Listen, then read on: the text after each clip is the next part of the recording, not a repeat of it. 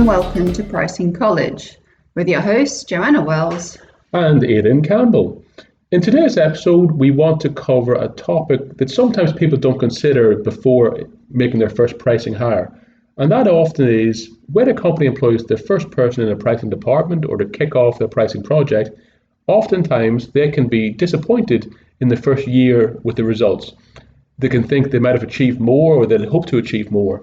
But in many cases at Taylor Wells, we think that is down to at the beginning, before you actually start the employment or the hire of the person, you haven't really scoped out the role and you haven't really timelined what you hope to achieve in those first 12 months. Yeah, I suppose we do see in a number of assignments a lot of vague job descriptions being handed over and an expectation to get that, pricing superstar that can do everything, even though just because they've, on the job description, there's got literally every skill and task known to man on that job description, or vice versa. It's just too vague and it just indicates that there's absolutely no scoping has gone into it. And it's just like, oh, we really want that person to make the role their own. Yes, that's a nice thought, but it's either A, you want the person to make the role their own, and it's so vague that they can do everything, and then they're sort of like anchorless, or the job description is so tight and restrictive and full of requirements that they have absolutely no room to breathe and create and drive strategy. So we're finding either end of the spectrum is occurring, and both indicate there's a real lack of scoping out the role, and scoping out the role not in terms of what the strategy is, the problems that have got to be solved, the culture issues that are occurring in the business, the change management requirement, the project management requirement, and the EBIT expectation, the profit. How much profit do you want the team to make? And then the ability to actually, say, okay, we've got the best pricing people on board. We're going to allow them to do what they can do best. I think there's a reluctance really to let good pricing people do it, because often maybe the business don't know what they can do, and that's again indicated by the scope and the lack of diagnostics prior to the hire.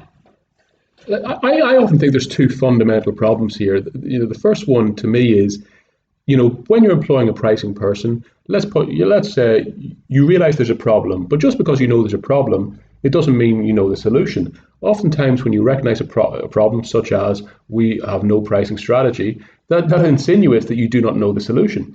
So when you draft a job description, and we'll see these oftentimes when companies are so committed to annual reviews and metrics, and this idea that if you can't measure it, you can't, if you can't measure it or count it, you can't track it, these sort of things. What can happen is people are tied to ludicrous metrics that have nothing to do whatsoever with the job. So the metrics can be being set and the job description can be being written by people who fundamentally recognize they don't know what they're doing. And what that will do is it will lead the first person to come on board, or the pricing person, lead them down the wrong path. They'll know what they have to do, but their actual contract might state the complete opposite. So that's a fundamental flaw. The other thing that's strange about that is you can come on, start a company and be presented with your metrics and your KPIs, and the person looking at them can think this is ridiculous. So that's the first flaw.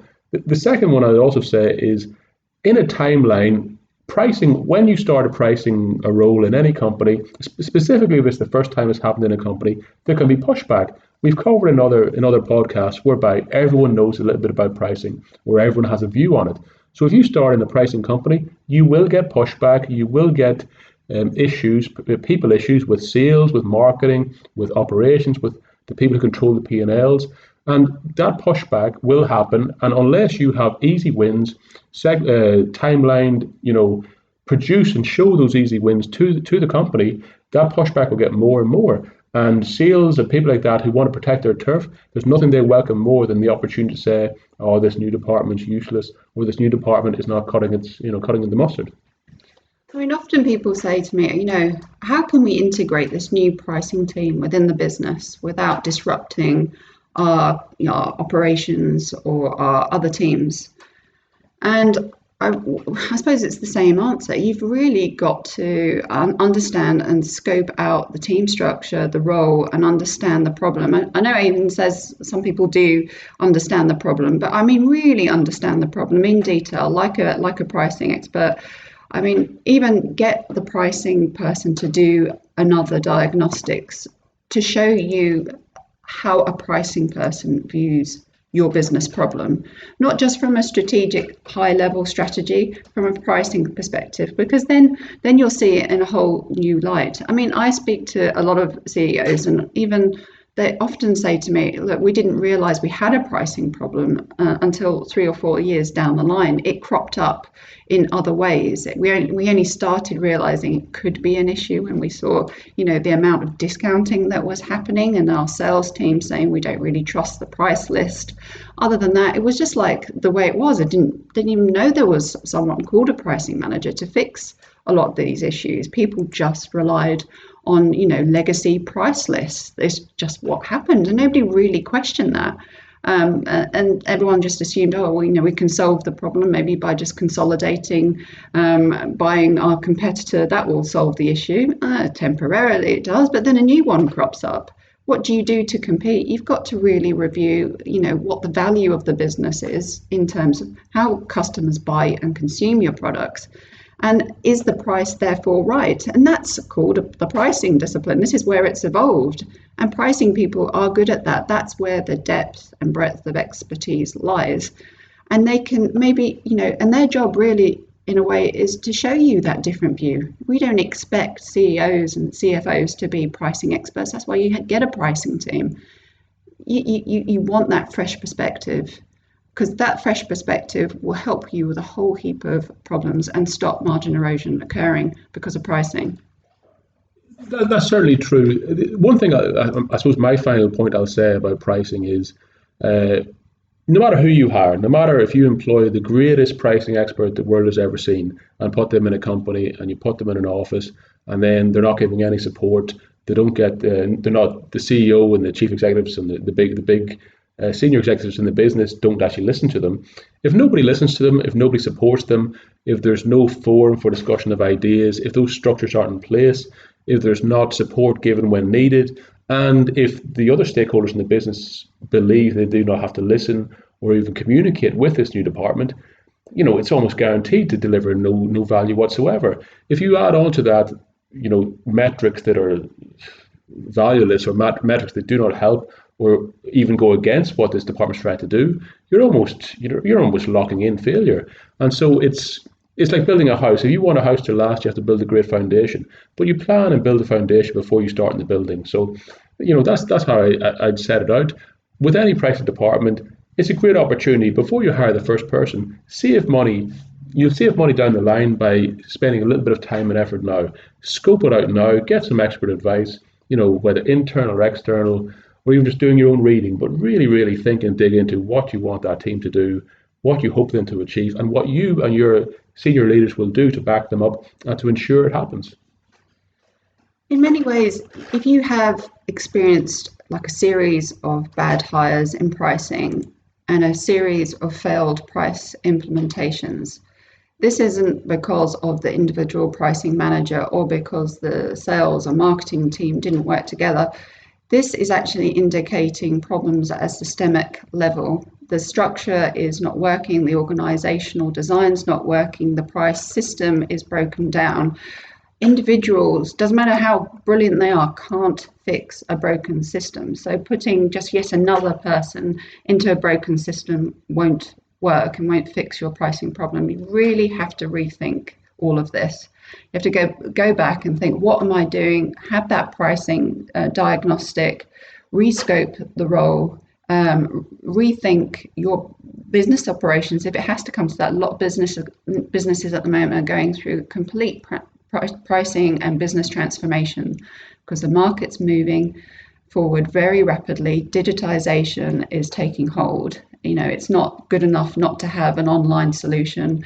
It's not really good enough, even from B2B, to not think about your omni-channel direct-to-market solution, because a lot of B2B are going direct to market now. They have no choice. So, with all of this, think about the future, but think about where you are now, the problems that you face, and start building your pricing team according to these realistic problems. Because there's a lot of things, a lot of problems at the moment that they need to tackle, but not thinking about getting that expertise in because you think you can fix it with what you've got is really not going to work. I don't think for a minute that this is purely a pricing function issue. I'm a big believer that, in 2020 and over many years, business has become, almost dictated to by human resources, whereby people are, even the hiring manager, the person in the department, they want to hire somebody, they want someone to do a job. But often the gatekeeper is actually the human resources department, who fundamentally do not really understand, in many cases, I'll caveat that, in many cases, do not understand even what the department does, let alone what they want this new function to do. This applies to any expert function that's not run of the mill. If you're trying to employ an expert engineer, a computer software designer, a great marketer, even a great lawyer to get you off from an accusation, anything like that people where you really need expertise, that's niche expertise, you have that, there's that issue. How do you know what you're buying really when what you're seeking to buy is knowledge? If you're seeking to buy knowledge, it's very difficult. And where it's not, a labor-oriented service. If you're seeking to buy expert knowledge, expert assistance, you need to know a little bit about what you're buying in advance. Otherwise, you make mistakes. Yeah, no, I completely agree. The pricing discipline is moving on. You need somebody who's got the knowledge, can do something with the knowledge, build new structures, build a new architecture, and extract value out of it. Value for the business and value for the customers. And only then will you really get the results from your pricing team and manager that you expected from them when you first set up the team. Up until then, if they haven't got all of that, then you really are not going to get the results. They need to be set up for success. Yeah, that's it for me. I think there's nothing more satisfying than seeing the money flow in, seeing profits increase, seeing the business improve, and seeing a project really happen and really work. And that's, but fundamentally, you got to plan. If you want that success, you've got to start planning today. And really, what does that mean in financial terms? It could be 3 to 7% additional margin every single year when you get your pricing team set up and cranking according to the market, the business strategy, and everyone knows and fully aligned with the business and know what they're doing. That's it from me. Have a great weekend. Yeah, thanks a lot.